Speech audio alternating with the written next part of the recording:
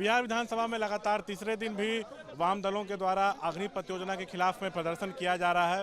विधानसभा परिसर में देखिए सभी पार्टी के विधायक मौजूद हैं, वाम दल के सभी विधायक हैं और फिर से अग्निपथ योजना के खिलाफ में प्रदर्शन कर रहे हैं। सदन के अंदर भी हंगामा हो रहा है और यहाँ परिसर में भी ये लोग जो है मांग कर रहे हैं कि केंद्र सरकार इसको वापस ले। यहाँ पर देखिए विधायक दल के नेता महबूब आलम के नेतृत्व में यहाँ पे प्रदर्शन हो रहा है। हमारे साथ महबूब आलम भी है। महबूब आलम जी, लगातार तीसरे दिन आप लोग प्रदर्शन कर रहे हैं, लेकिन केंद्र सरकार तो अपने रुख में कोई बदलाव नहीं कर रही। केंद्र सरकार तानाशाही की तरफ जा रही है, इसलिए हम लोगों ने कार्यस्थल के जरिए सर्वसम्मत प्रस्ताव पारित करने की मांग की है कि बिहार विधानसभा बच्चों की दुर्दशा को देख करके, जलता हुआ देश को देख के, बिहार को देख के खामोश नहीं रह सकती है।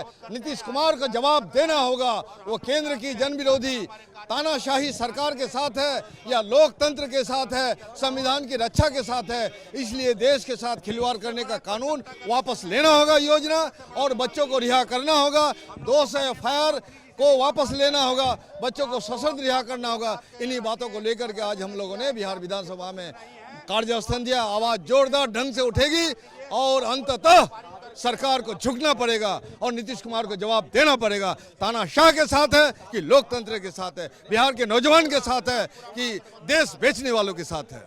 लगता है कि कार्य स्थगन प्रस्ताव पे आज चर्चा हो पाएगी। कल चर्चा नहीं हो पाया तो हंगामे के भेंट सदन चल गया। कार्यस्थल पर चर्चा नहीं करना चाहते, अपेक्षाकृत कम महत्वपूर्ण मुद्दों पर वो चर्चा करना चाहते हैं। उसी तरह से आज भी हम लोग चाहते हैं कार्यस्थगन पर ही चर्चा हो, नहीं तो और किसी मुद्दे पर चर्चा करने के लिए इजाजत हम लोग नहीं दे सकते। नीतीश जी अभी इस मुद्दे पे इस सत्र में चुप्पी साधे हुए हैं। नीतीश जी की खामोशी की तरफ जनता देख रही है, नौजवान देख रहे हैं। अभी तक नीतीश कुमार के सरकार के विधायकों की गाड़ी सड़क पर घूमती है। अगर नीतीश जी अपना चुप्पी ना तोड़े तो आने वाला दिन में बिहार में घूमना मुश्किल हो जाएगा उनका। लेकिन सर, उधर अग्निपथ योजना के तहत जो है बहाली प्रक्रिया शुरू हो गई है। भारी संख्या में युवा उसमें पार्टिसिपेट। अरे भारी संख्या में भाजपा के साथ RSS के कार्यकर्ता, संघी कार्यकर्ता तो शाखा का है, उन्हीं लोगों के जरिए आवेदन दिया जा रहा है। ये कोई जनता नहीं दे रही है, नौजवान नहीं दे रहे।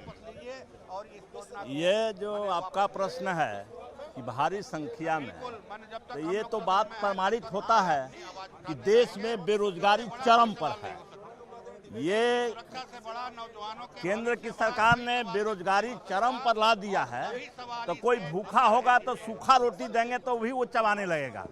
सवाल तो यहाँ है कि बेरोजगार करके देश को आज अब उसमें यह बात कहना बहुत ही नौजवानों के साथ ये अपमानजनक बात है कि इतने लोग भर्ती में आ गए। ये नौजवानों का अपमान है।